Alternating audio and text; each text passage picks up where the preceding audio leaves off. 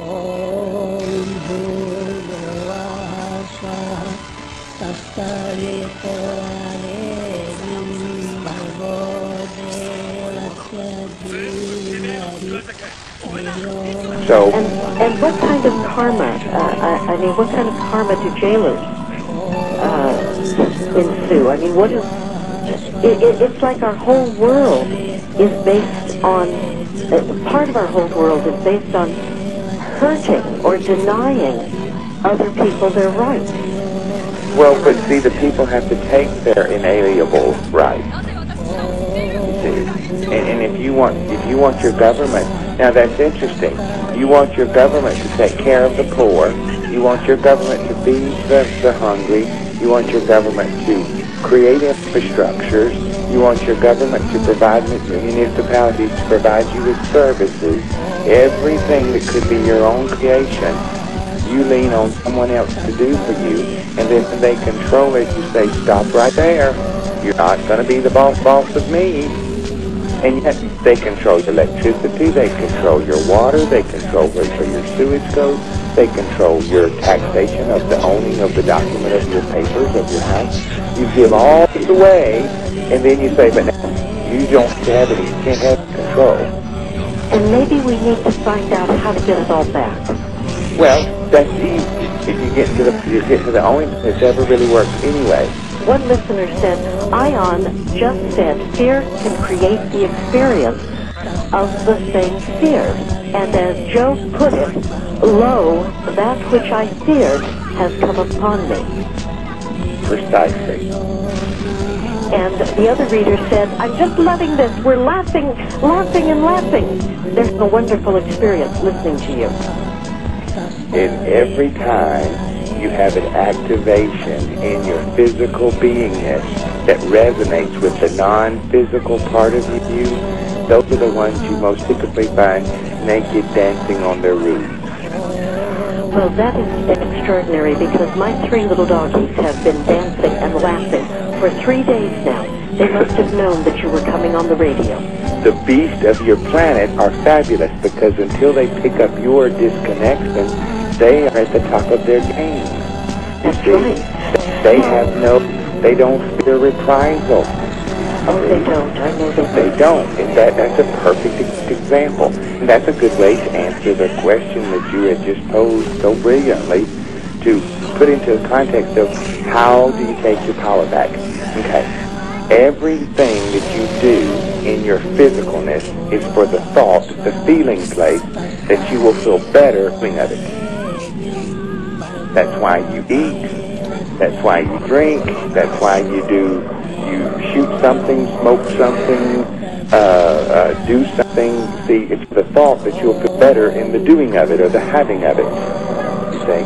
And once that comes into the place, then it becomes a very easy way for everyone to have a simple spark activated in the non-physical part that is their beingness, their soul, because see, otherwise if you forfeit that then you're dead if you died. But if the simple way to describe this is take no action whatsoever until you ask this one very simple basic question.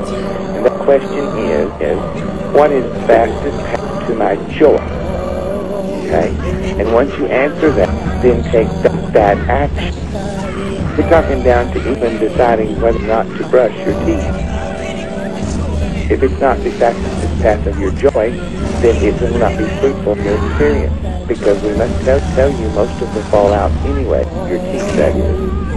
But if you align with that process, that your mouth is refreshed, that you clean your mouth and it's refreshing to those around you that are in your experience, then absolutely engage in physical action of brushing your teeth, you see. And that's very, very, very simple because most everyone on the planet engages in that, or do they? You see. If it's the fastest path to your joy, then absolutely. Now, when that comes along that way, what you're going to find is there's a euphoric, blissful place of enlightenment, okay? And it makes no difference who does what to you. You can't can't orchestrate it any other way, because the raper has to be, he has to have a victim. Well, that victim has to be in that vibrational alignment. Otherwise, they never. You choose to rape one person rather than another. Or how does a raper decide to choose you and not someone else? You say. How does a murderer? How do you hook all that up? You say. And in the fastest path of your joy, you will find the non-physical you will start giving you punches. Have you ever heard of punches? Have you ever thought of urges? Have you ever thought of something that you would want to engage in that you found to be fabulous? A piece of music that brought you to tears? An experience that was just so exhilarating? But the time you got off the roller coaster, you wanted to get right back on? Those parts activate that blissful state of joy. And the more you come into that knowing, the more normal that will feel. Okay?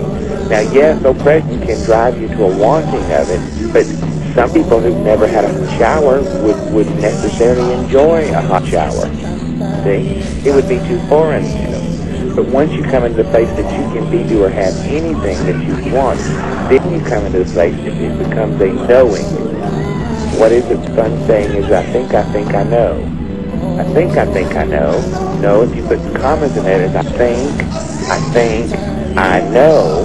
Now all of a sudden, once you're empowered with that knowledge and you're not pushing against it, then that can, because the world can do whatever they want to do, but it won't have to affect the whole wide world. And rarely ever does. It doesn't. Then you come into a place where it becomes normal. When it becomes normal, then guess what? You are officially empowered. It's the next logical step. Then you need a government to direct your affairs. Then you don't need a Senate subcommittee to decide your rightness. You don't care what they say. You're going to do what you're going to do, and that's appropriate, you see.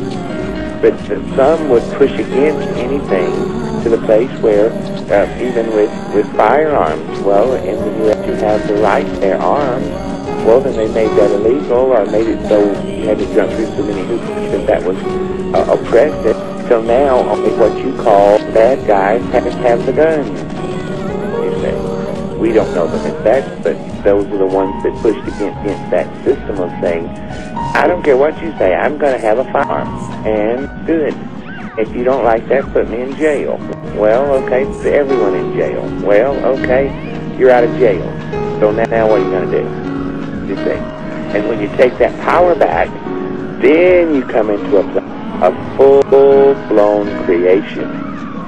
It comes, you can live your life in such a way that you have so much as a thought of something that you would enjoy, and then the heavens, all of non-physical, go to work immediately, orchestrating that whole experience for you to enjoy as your creation. And that joy that comes from that becomes very, very addictive, because now anything that's not joyful, no pain in your body, you're able to function. All the cells in your body start working the way they're supposed to. They make copies, photocopies of themselves. And so if there's resistance, then they produce resistance, you see. And that becomes a simple, easy way for you sometimes for it to show up as a causal experience in your physical body, because it's going on and you're non-physical, attributing to the reality of what's the fastest path of my joy. So Moses manifested manna in that spirit. The people allowed manna to come into their experience. What gave them the notion that it existed? They trusted their head, Moses, because after all, remember, he's the one that took them out of bondage and then put them out in the desert to starve to death. You see, many of them came to a place and saying, wait, we were in bondage in Egypt, but at least we knew we were going to eat. So then Moses said, what will I do next, Lord? Well, he was following non-physical, the cloud of glory. It was a cloud by day and a pillar of fire by night. Nobody will chastise you, and certainly nobody will glorify you. You are here in these magnificent bodies, but your bodies have distracted you, for the most part, from who you really are.